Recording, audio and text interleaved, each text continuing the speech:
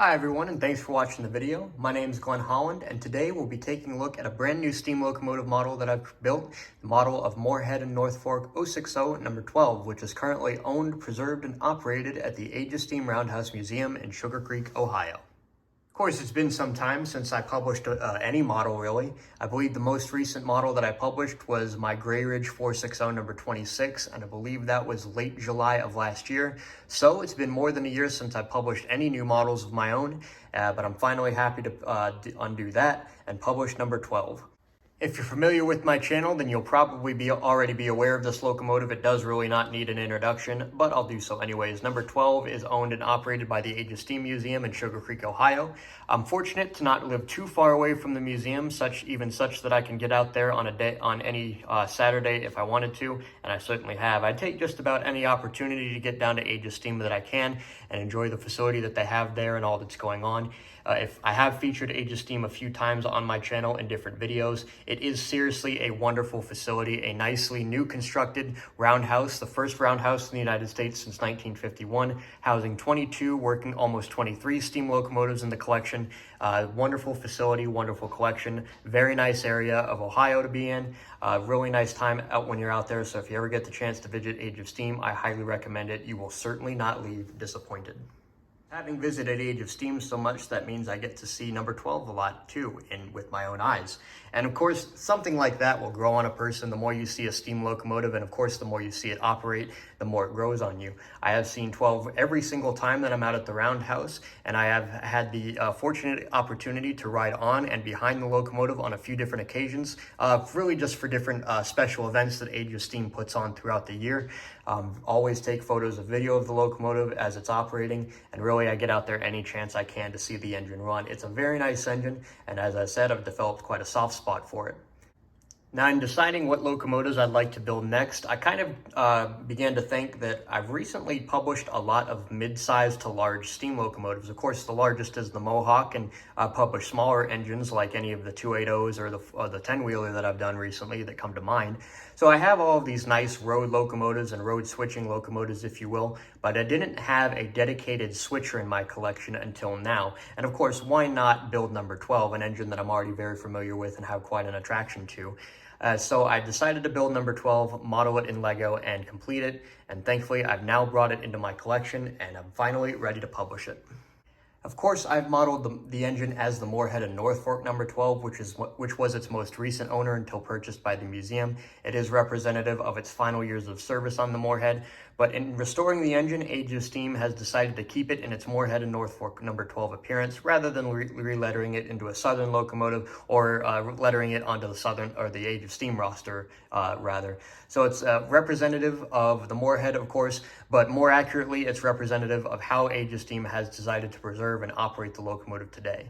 Now, I could go into the history of the real locomotive myself, but actually Age of Steam has recently redone its pamphlet that they put out, detailing the history of each of the steam locomotives in their collection, and also gives some details on the diesels and rolling stock that they have in their collection. So there's a nice bit in this pamphlet about number 12, so I decided it would probably be better to read straight from that rather than research and create my own script. Morehead and North Fork 060 number 12. In September 1905, American Locomotive Company's Pittsburgh Works constructed A7 class 060 number 1643, serial number 37672 for the Southern Railway. After more than 40 years of service, the yard goat was retired and sat in the scrap line until 1952, when it was purchased by the Morehead and North Fork Railroad, a 4-mile-long short line in Kentucky. The Morehead and North Fork renumbered the locomotive to number 12, and it joined two other locomotives, 262 number 11, built by Baldwin in 1907, and 060 number 14, built by Alco in 1944, in hauling trains of local clay products, coal, and lumber to the Chesapeake and Ohio Railroad interchange in Morehead.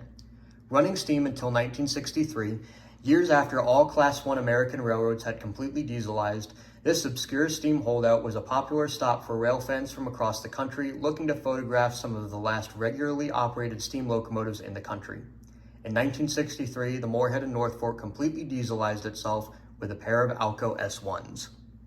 The Morehead and North Fork was abandoned in 1973, but a private owner took possession of the railroad and continued operations for their clay plant with 4 Baldwin diesels acquired in 1976.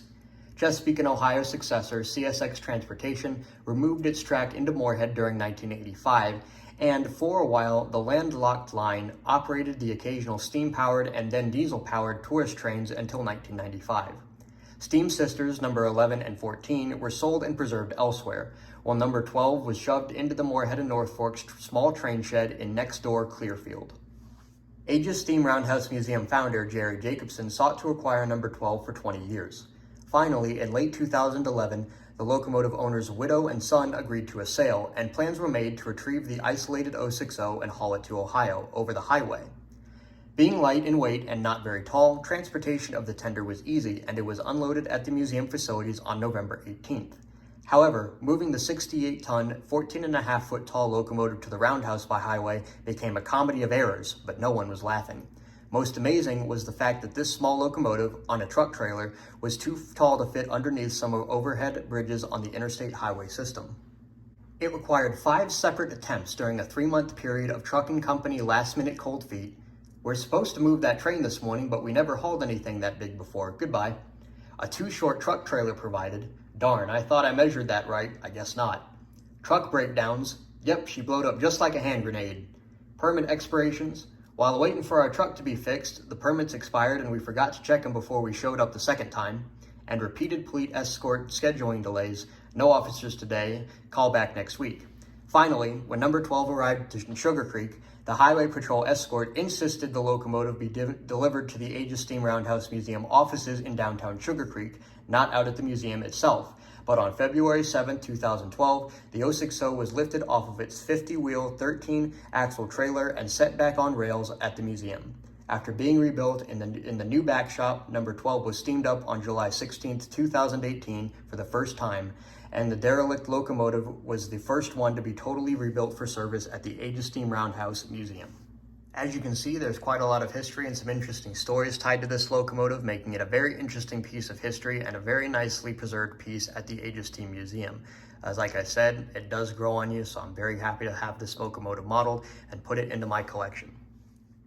Looking at the design process of the model, I started by modeling the driving wheels here, which are completely representative and faithfully done models of the real driving wheels on number 12.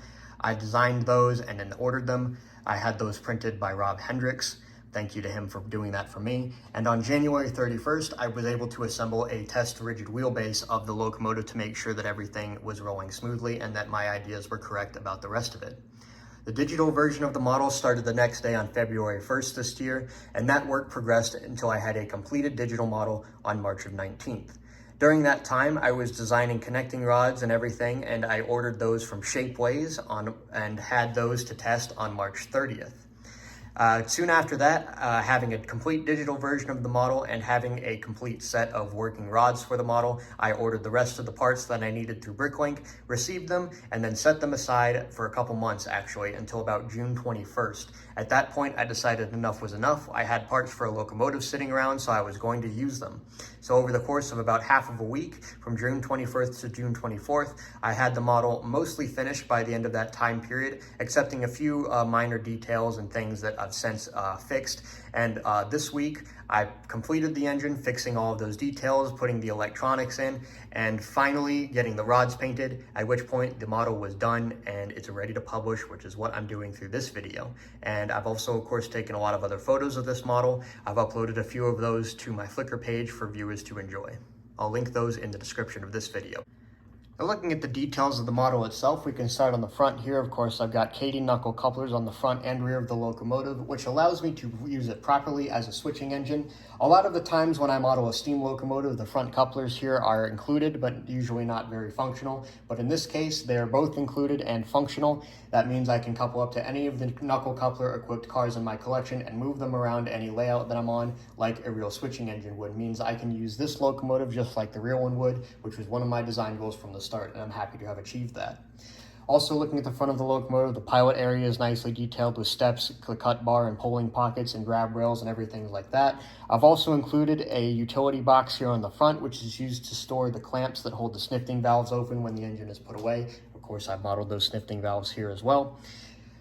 I've also modeled the cylinders and the cylinder valves very accurately using a similar design to what I have on my Gray Ridge 460, using a different design, of course, for the crosshead and the cylinder stem, of course, and the connecting rods and main rods themselves. Very interesting arrangement on this engine using Stevenson valve gear. Works very well, very happy with the concept that I've created here, and I'm very happy to have used this on this locomotive and a couple of other engines that I've built but not published yet. Works very well. Looking at the front of the locomotive, of course, I've got several other grab irons applied here, as well as the headlight and number board just underneath, and the bell and cradle on the front of the smoke box itself. The smokestack here is painted. It's painted dark bluish gray from a palm tree trunk that I believe I originally got in black. The dark gray ones are a little bit hard to find, so I used some paint, and it works very well. I have no more reservations about painting Lego, so I was happy to do that, and I think the effect is worth it. Of course, I've also got the builder's plate here modeled under this grab iron. That's a decal that was made by Cale Liebart. Well, all of the artwork was made by Cale and printed by OK Brickworks. Very happy to have those guys involved again, always doing great work. I've got both of those on both sides of the smoke box, of course. I've got the check valve for the injector here on this side and one on the other side as well. This piece here on the front is a kind of a dull brass piece that is from Chrome Block City. I have a few of those on this model, of course, ones for the check valves on either side, and then I use them again for the safety pop-off valves here on the top of the steam dome. They turn out very well and add a nice kind of extra touch of realism and a bit more unique splash of color to the engine compared to more typical Lego piece, if you will. Of course, I've got the sand dome here with the number 12 decaled on the side. I couldn't find a good way of doing the sand lines on this locomotive. This locomotive has sanding lines behind the rear driver and in front of the front driver. Couldn't model those effectively without looking like I was trying too hard, so I decided to omit them in ambition of putting on some better details in other places. And I think it was worth it. I'm certainly not displeased with the model for any reason like that. I do have the whistle on this locomotive. It's on the fireman's side of the steam dome. I'll flip the model around here in a few minutes so we can look at that. And of course, we've got the dynamo steam generator there just mounted ahead of the cab. Looking underneath the running boards, an air tank and a lot of other piping and detail pieces down here, including the power reverse with some very recognizable light silver or metallic linkages here. Very interesting and iconic feature of number 12 on this side, so of course I had to represent those properly. More pipes and pieces for the injectors, other appliances here like the brake air reservoir tank, and I'm actually not sure what this large cylinder is. I probably should have figured that out before I made this video, but oh well, I can always point it out later. But this is a really iconic piece of number 12 on the engineer's side, so of course I had to include it on my model. Decals for the cab doors done by Cale and printed by OK Brickworks. Of course, I've got a crew in there that represents some of the guys that I've most frequently seen operating this locomotive, kind of gave them a signature minifig, if you will. And these tan pieces here represent the cab sunshade visor. One of those is on both sides of the locomotive, commonly seen in use on this locomotive. And of course, the cab roof hatch can be posed open or closed like such. Common feature on my more recent models as well. The tender is modeled at 8 wide compared to the cab at 9 wide. The reason that I did this is because as I've taken more photos of the locomotive in real life and as I've become more familiar with the engine itself, I've noticed that there's a very clear difference in width between the tender and the cab of the locomotive. The cab is of course wider, so I decided to model that difference, making the cab 9 studs and the tender 8, as I said. I think the effect was worth it. It gives the engine a really interesting proportion if you look at it from just about any angle, kind of making the cab the centerpiece of the locomotive, if you will. It's a really interesting effect. Of course, the tender itself is not too special. The real tender on number 12 right now is a welded tank design with simulated or fake rivet heads. That was built to replace the very old and worn out riveted tank that is currently sitting out in the yard at Age of Steam. Of course, the new welded tank is in service behind the locomotive. Brand new tank for service on the locomotive with a welded design makes a lot more sense in the modern day. As I spin the model around in a minute, you'll notice the coal load in the tender is not full up to the top of the bunker like I usually model on locomotives. The reason for that is, of course, based in reality. The Age of Steam does not always coal the locomotive up to the highest point in the bunker. They usually kind of coal it up to maybe about right here in the top of the tender, then just kind of let the coal filter out down through the front where the fireman would scoop it into his shovel. So that's the reason why the coal load is not completely full. Age of Steam never completely fills it up, so I decided to represent that detail as well. You'll notice I've got a Brakeman showing out here on the rear of the tender deck. That Brakeman figure does represent somebody that you'll probably be familiar with. You'll have to head to my Flickr photo stream to figure out who it is, but it is in real life, and it's kind of interesting. It kind of gives this locomotive a little bit more life. Posing a Brakeman in this way, taking a break as the locomotive is moving around the yard, if you will, adds a little bit more life and more character to the locomotive, and I think it's a really nice touch. I guess the last thing I can point out on this side of the locomotive is that I modeled the push pole as well. This is just some black flex tubing that I modeled down here. The real push pole is still in place on the tender on Age of Steam. Of course, they don't use it anymore. If you're unfamiliar with railroading or have no idea what a push pole is, allow me to demonstrate. Usually, this engine would be operating in a rail yard where if you have, let's say, a boxcar sitting on an adjacent track, you would have to take the locomotive all the way down to the end of the yard, switch tracks to come back and pick up this locomotive, to pick up the boxcar rather, hook on and bring it to where you need to be. If you have a push pole, however, you can set that pole between the polling pocket here on the boxcar and then between the polling pocket here on the front of the locomotive or on the rear of the tender. You can push this boxcar using the pole in either direction you want it to go, at which point you bring the locomotive to a stop, the pole will drop, and the boxcar continues rolling on to where it needs to be. Of course, that's a kind of a dangerous practice and no longer done in the United States, but it's an interesting piece of history, interesting example of former operations of the railroad. So I decided to model that push pole here because of its interesting history, and of course the real one is still sitting on the locomotive today. Looking now at the back of the tender, of course I've still got our Brakeman here, the hatch to let the water into the tank from the filling source, like a water tower, rear headlight, and of course the number 12 represented there on the rear of the tank itself, and the dual ladders, another iconic feature of the tender of number 12, allowing anybody to climb up from the ground onto the top of the tender itself. Of course, I've got a KD knuckle on the back here, allowing me to couple onto any other freight cars or anything in my collection, and the steps, grab irons, cut bar, everything is modeled and represented as it should be.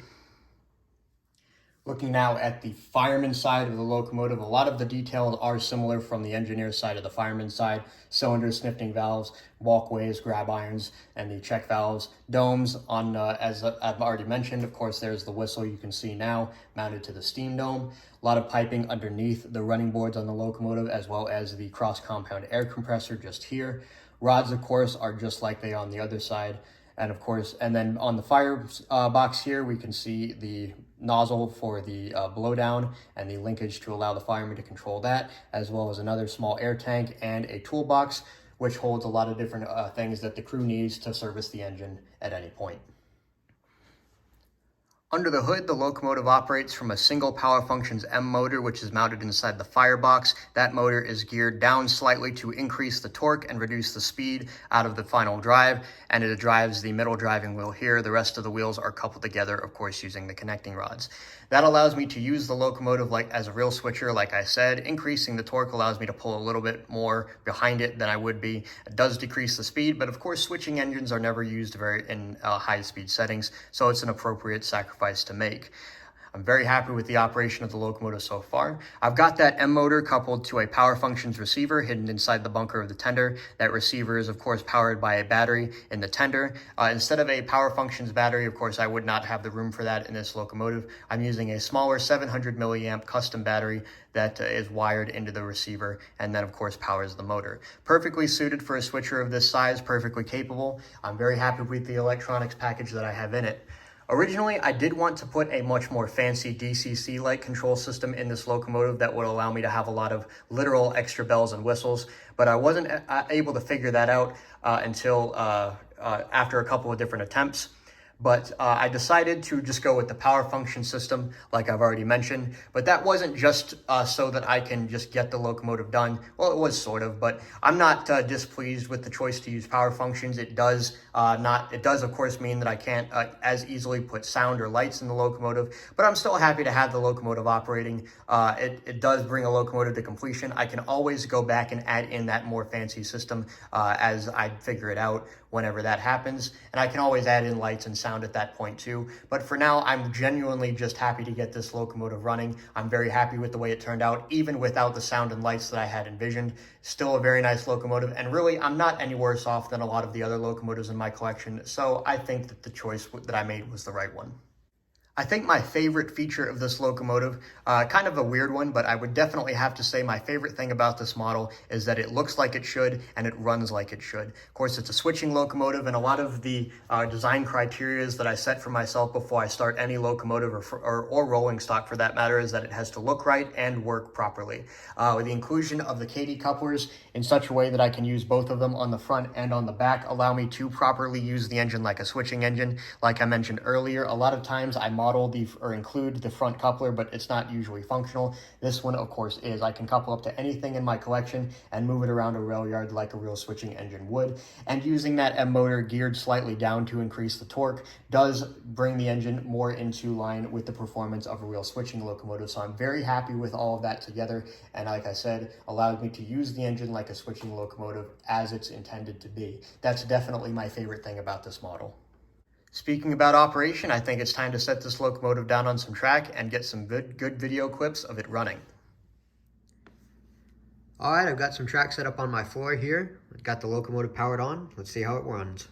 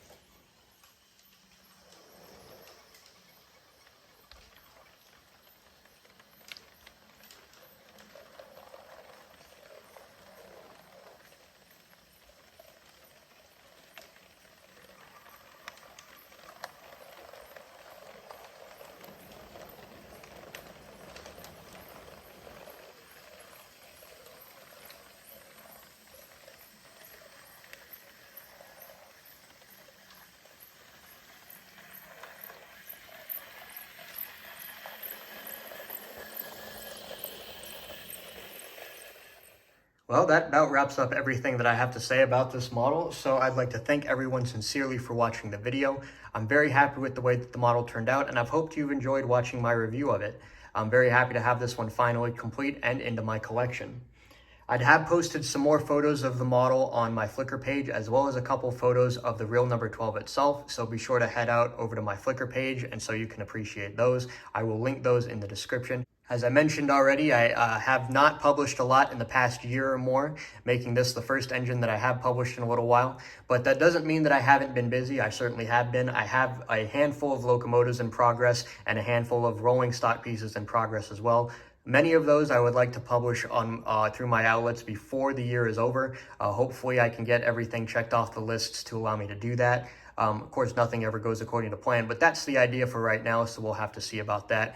But I do have plenty more in progress, and I guess I would like to make sort of a general update video about the channel, about my projects and things like that, maybe before too long here in the future. So be on the lookout for that, and of course, be on the lookout for more models as I complete them and as I'm ready to publish them. But all of that is still to come, so I guess I'll stop rambling for now. Once again, thanks everyone for watching. I always appreciate and recognize the support through viewership and comments on my videos and photos. It's always a nice thing to be able to talk with other people from the community about things that we share a common interest in. It's a really interesting hobby, and I'm very glad to be a part of it, and very glad to continue working on different aspects of it in models and in other ways as well. I guess I rambled a little bit extra, but again, thank you very much for watching. I really appreciate it. Look out for more videos in the future, and be sure to check out my Flickr photo stream. With that, I'll leave it for now. I'll talk to you all later.